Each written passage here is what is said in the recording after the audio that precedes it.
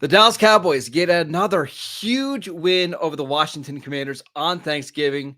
But what's our biggest takeaway from this game? All that and more in this episode of the Locked On Cowboys Podcast. You are Locked On Cowboys, your daily Dallas Cowboys podcast. Part of the Locked On Podcast Network, your team every day. Locked On Cowboys. Locked On Cowboys. Welcome back to the Locked On Cowboys podcast, part of the Locked On Podcast Network, your team every day. We'd like to thank you for making us your first listen of the day. This episode is brought to you by Gametime. Download the Gametime app, create an account, and use promo code LOCKEDONNFL for $20 off your first purchase. Last minute tickets, lowest price guaranteed. I am your host, Marcus Mosher. You can follow me on Twitter at Marcus_Mosher. Joining me today, as always, is Landon McCool. You can check him out on Twitter at McCoolBCB. Landon, we're going to get to our biggest takeaways from the Cowboys' Week 12 win over the Commanders. But I got to say, these 30-point home wins, I could get kind of used to this. This is nice. Yeah, honestly, let's continue the trend of the 4 touchdown plus victories that that allow me to get some stuff done in the fourth quarter while I'm waiting for the game to end. It is and I think you and I had predicted kind of different outcomes, or at least how we would get there, but I think we both saw this as a game that there was an opportunity that could also get out of hand. But it's shocking now. The Cowboys, I'm assuming, are still number one in point differential. And I'm assuming, and I think that it's games like this that you really kind of show that the Cowboys are maybe a little bit better at taking care of business, especially against teams that are lesser than they had been in previous seasons. The takeaway for me in this one is just that the avalanche against bad teams just feels inevitable at this point. This game was 20-10 for the entire third quarter. But it just felt like at any moment this game was going to break open, and it did later. Every week this seems like it happens, but it was 20-10. The Cowboys go on this long field goal drive, 4 plays on defense. They get a turnover on downs, sets up a short field for the Cowboys. 3 plays, 24 yards, touchdown, turnover on downs. The next drive for Washington, 3 plays, 65 yards, touchdown, interception, touchdown, and it goes from 23-10 to 45-10 in 5 minutes of game action. It's unbelievable. It's like when you watch a movie and people are near a dam, and then you start to see the cracks in the dam and the screws start bursting off, and you just feel it, you just feel that it's coming, right? And then once it starts coming and it starts getting out of hand, the Cowboys defense can further squeeze you even more, right? And then suddenly, as they're squeezing you even more, you're making more mistakes, and it's like running in quicksand, right? It's like the worse. The more you struggle, the more you try to catch up to where the Cowboys are. The more you're kind of playing right into what they want. They're taking the ball away. They're forcing you off the field. They're forcing you to commit fourth down. Try to go for it on fourth down in spots you probably wouldn't normally go for it, and then suddenly the Cowboys had the ball in a short field. So it's kind of that positive feedback loop we see where if the Cowboys can get just a little bit of a foothold on you, they really can squeeze teams. They really have a way to kind of just take a close game, and then suddenly if it's a 2-score game, now you're really fighting uphill, and that struggle is what's going to end up actually killing you. Because that struggle is going to make you cause mistakes. It's going to make you have problems at the end. So the Cowboys win 45-10. Should have mentioned that at the top there. Now 8-3 on the season, 5-0 at home. Their point differential at home, I think it's 28.6 points per game. Which is, pretty ridiculous. That's ridiculous. What did this win mean for you? And thinking about this Cowboys team moving forward, did it change your opinions on this team at all? Well, again, we can only draw so much from these games. Look, everyone's going to point out, the Cowboys record versus, opponents above 500 versus opponents below 500. The Cowboys can only play who's on the schedule, right? And if the fact that they're going in and blowing these teams out. That's the most that you can ask for these games. So the fact is that, what I learned from this team again is just, this is a game that, again, traditionally the Cowboys, even good Cowboys teams that go into the playoffs and win games, this is a game that a traditional Cowboy team would lose. What was the year? What was the year? Right? Yeah, what was the year that landed the Cowboys lost to Jeff Garcia and the Eagles on Thanksgiving? Yeah. Was that like 2007, even when the Cowboys were really good? I think it was 2006 or 7. That sounds right. And again, that just kind of shows you, that's a great example, right, of a team that made the playoffs as a good team, but kind of just did that traditionally knuckleheaded, stuff that we say, oh shucks, about the Cowboys after years and years and years. That's the difference to me between this team this year and in previous years. And again, it doesn't mean anything until we get into January and we start winning games. And I know that, and everybody on the internet's going to sell you that and all that. But if you want to look for signs for why this team is different than previous years, again, another game where the Cowboys traditionally would have found a way to stumble, or would have found a way to make this a lot closer than it was.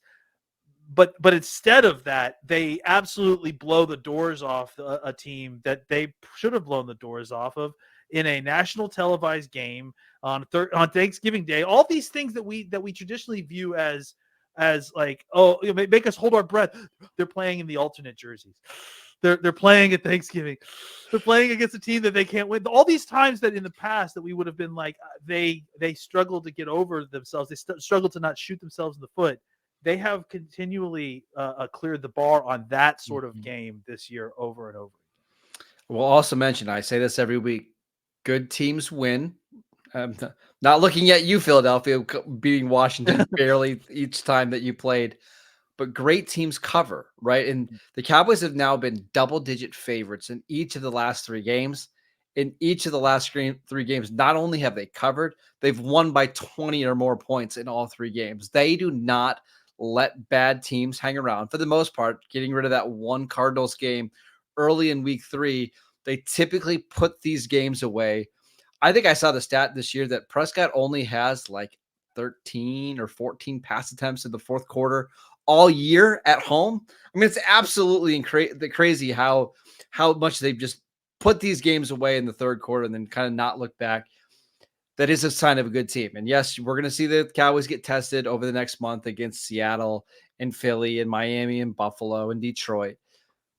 But put away the good teams. Don't let them hang around and move on to the next game. Yeah, I mean, I think the one thing we could definitely say is that this is a fantastic road team. A fantastic home team. A fantastic home team. They've now won 13 straight. I think they put the stat up during the game that the Cowboys have actually never been behind so far this season. Not a single second at home.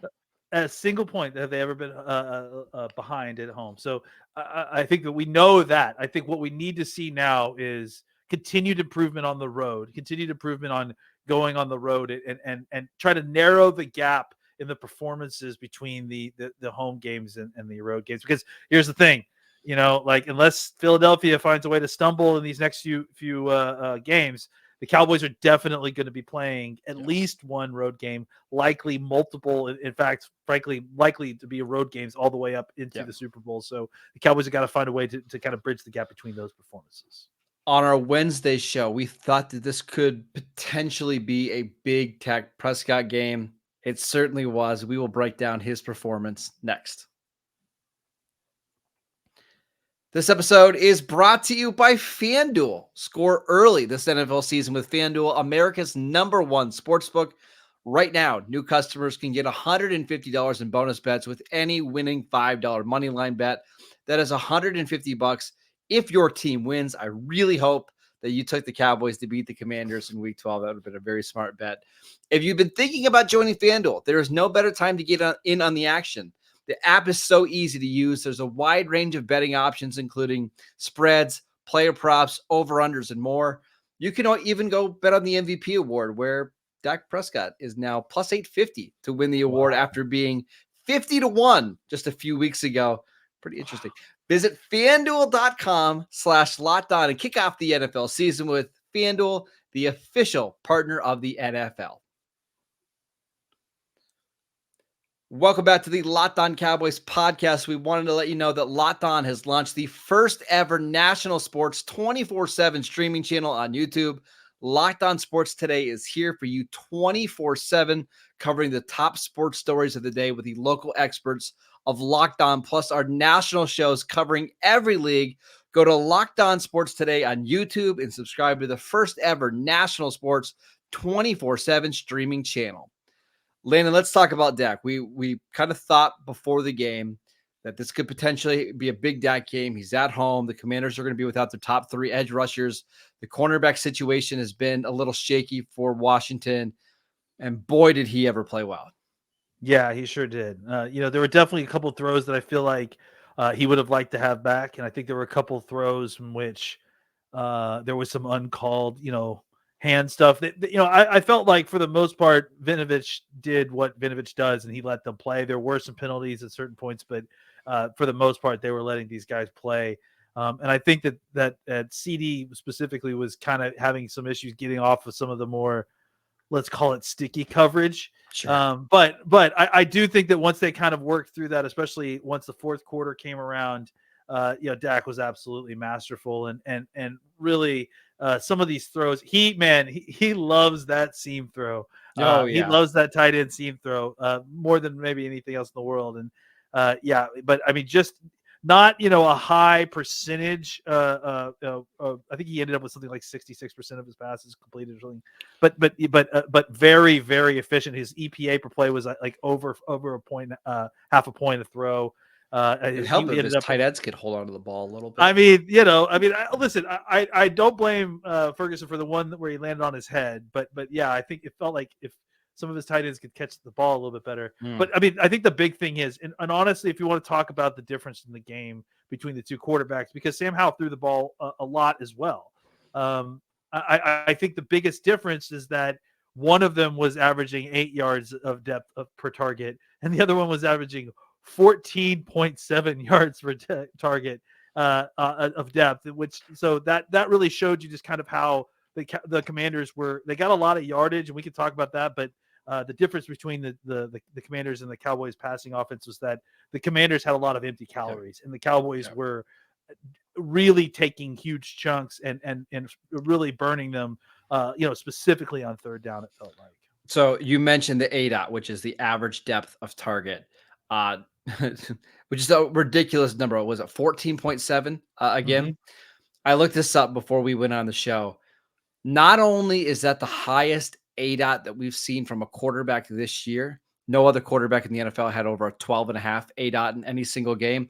It's the highest that we've seen from any quarterback in a game over the last 3 seasons. And the fact that Dak was this accurate and was able to average over 10 yards an attempt passing the ball in this game, I truly don't know if I've seen him play a better game. Like he very easily could have finished this game 26 of 32 for 450 yards and 5 touchdowns. Like it was so close for him having a perfect day.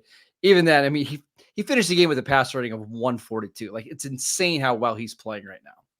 Yeah, I mean, to average, a throw that deep, and to get almost 70% completion percentage. I mean, that's just absolutely absurd, and I think it just showed you how well the Cowboys were kind of putting these receivers kind of in blenders at a certain point. I honestly don't know if I've ever seen Dak play better. I think this is the best stretch of football that he's ever played, between what he did against Carolina last week. Not super efficient, but against the Giants, 404 yards, 4 touchdowns. Played great against Philadelphia, throwing for almost 400 yards and 3 touchdowns. Played great against the Rams. I mean, I don't want to say that he should be the MVP favorite, but he is certainly in the conversation now. Landon, the Cowboys going into the rest of week 12 have the number 1 scoring offense in the NFL. They're averaging 38 points per game at home. Dak's passer rating this season is 107, which is the highest of his career. Since week 6, I think his passer rating is 114. I mean, he's been marvelous. Yeah, I mean, certainly, the best that he's looked in his career. Certainly. I mean, I think last week he was in the conversation. The week before that, he was in the conversation for MVP. I think the odds will tell you that he is dead center in the conversation right now. The position is what is usually going to be given the MVP. It's usually going to be a quarterback. If they're going to give it to a quarterback, I mean, Dak has played basically as well as any quarterback in the league, especially since week 4 or 5. It's hard to kind of continue to use hyperbole here, but the way that Dak is kind of consistently played, kind of huge like chunk football, like big time throw football, while still managing to be efficient and continue to churn out and convert third downs at an extremely high rate. This offense has just flown to the stratosphere these last few weeks, and it has everything to do with Dak Prescott. And look, it's not even just CeeDee Lamb based. I mean, I think a lot of that was about just feeding CeeDee Lamb at certain points, which obviously has huge benefits. But CeeDee Lamb was not necessarily I think he was drawing a ton of attention. They were doing everything they can to kind of get coverage towards him. But he didn't have to have a huge game in order for Dak to have a huge game. So while still managing to 70 yards or whatever, touchdown. So not being a huge game for CeeDee Lamb that just kind of shows you where his career is at this point. We have to mention the offensive line. So we knew Washington going into this game was going to struggle a little bit creating pass rush because of their edge situation. They still have Daron Payne and Jonathan Allen. We've got some early numbers from Pro Football Focus, so not set in stone, but the early numbers. 3 total pressures allowed in this game, none by Tyron Smith, Zach Martin, Terrence Steele, and Tyler Biadasz. Wow. Yeah, I mean, I just the offensive line overall just played fantastic. Obviously, the pass protections, that what you were just talking about beforehand, but also in the run blocking. I felt like as the game kind of went on and they needed to kind of salt it away, you saw some of the better run blocking you've seen. I think Terrence Steele's looking as good as he's looked at any point this season. Was definitely his best game. I mean, we haven't watched the All-22 yet. We're going to do that over the weekend. But just on the live camera, I thought he played really well. Absolutely. I mean, just based on the fact that he's moving better than he has previously, right? Just he's being more athletic. He's out in space. He's hitting targets. I think we could say the same thing about Tony Pollard. I mean, not only just as a runner, but as a pass protector, he was incredible tonight. And we're starting to see, kind of old Pollard in some of these games. And if you get like upgraded Tony Pollard from where you were earlier in the season, as we get on later in the season, that's going to be an enormous boost to this offense, especially as we get down the stretch. The offensive line playing this well is so encouraging for me. It feels like the Cowboys have figured out something. Again, knock on wood every time I talk about Tyron Smith, but this not having him practice and just go through the walkthroughs, it really does seem like he's fresh going into the games. He looks unbelievable. I can't wait to turn on the tape and watch Zach Martin, because I thought for the most part, Martin looked pretty good in pass blocking as well. Tyler Smith buried a dude on one of those runs inside near the 20. I mean, Tyler Smith had a couple of really, really great blocks on Payne. Yeah. Specifically, it seems like. So that's going to be a lot of fun. We'll make sure later next week we talk about some of the All-22 notes that we have. Make sure you come back on Monday and Tuesday for us talking about the offensive line. But Landon, now we have to turn our attention to the defense, which we had some NFL history that was made on Thursday. We will get to that next. This episode is brought to you by Gametime. You shouldn't have to worry when you're buying tickets to your next big event. Gametime is the fastest and the easiest way to buy tickets for all the sports, music, comedy, and theater events near you. With killer last-minute deals, all-in prices, views from your seat, and their best price guarantee, Gametime takes the guesswork out of buying tickets. Gametime is the only ticketing app that gives you complete peace of mind with your purchase. See the view from your seat before you buy, so you know exactly what to expect when you arrive. All-in prices show your total up front, so that you know you're exactly what you're getting. You're getting a great deal without all of the hidden fees. Buy tickets in seconds with just 2 taps. Take the guesswork out of buying tickets with Gametime. Download the Gametime app, create an account, and use promo code LOCKEDONNFL for $20 off your first purchase. Terms apply. Again, all you have to do is create an account, redeem promo code LOCKEDONNFL for $20 off. Download the Gametime app today. Last minute tickets, lowest price guarantee. Welcome back to the Locked On Cowboys podcast. We want to thank you for making us your first listen every day. Everydayers, we will be back on Monday to break down all of the film. It's another short week for the Cowboys, having a game on Thursday, so we will get you ready for that. But make sure you tune in on Monday for our All-22 review. But Landon, it's time to talk about NFL history that was made on Thursday. Dolly Parton, the oldest Dallas Cowboy cheerleader of all time. No, that's not what we're talking about. I thought you were going to say Jonathan Hankins getting 2 sacks, which honestly that's is pretty incredible. Just as incredible as well. But yes. No.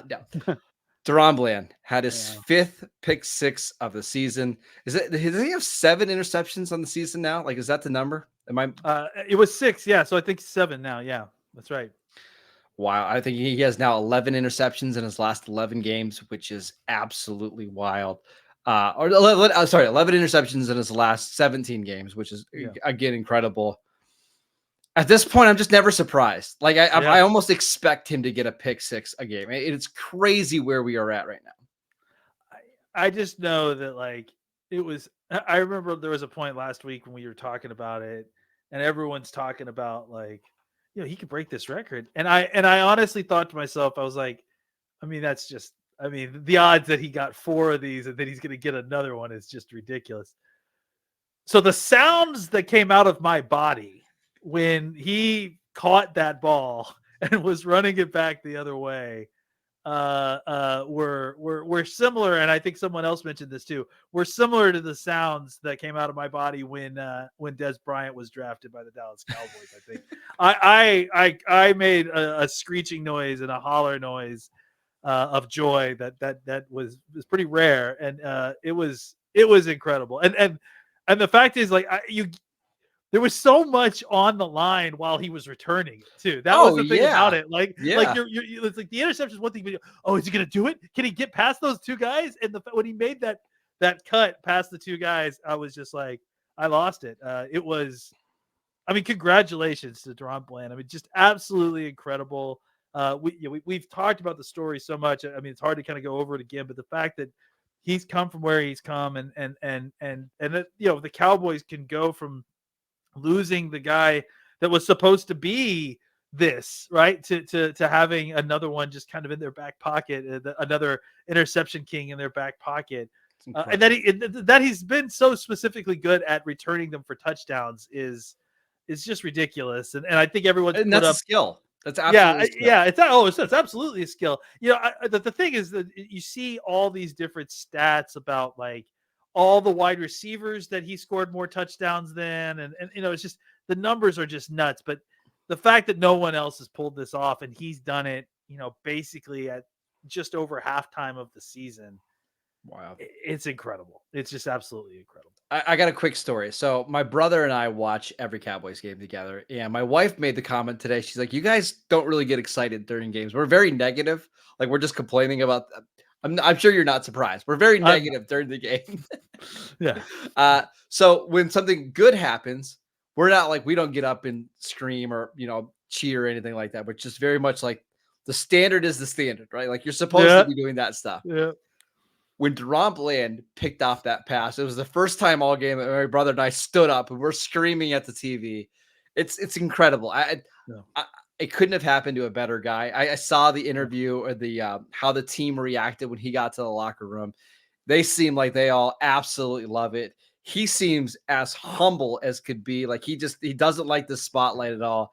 I couldn't be happier for him. This is so cool.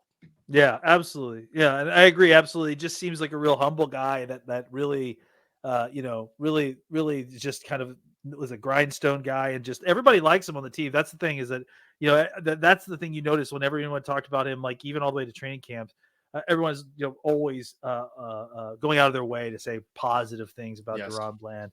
So, just incredible talent. Could not be more excited for him. There's a couple more guys. If we have a second, I'd like to talk about on defense. Yeah. I thought the defensive tackles specifically played incredible tonight. Obviously, you saw Hankins with 2 sacks. Just that's ridiculous that Hankins got 2 sacks tonight.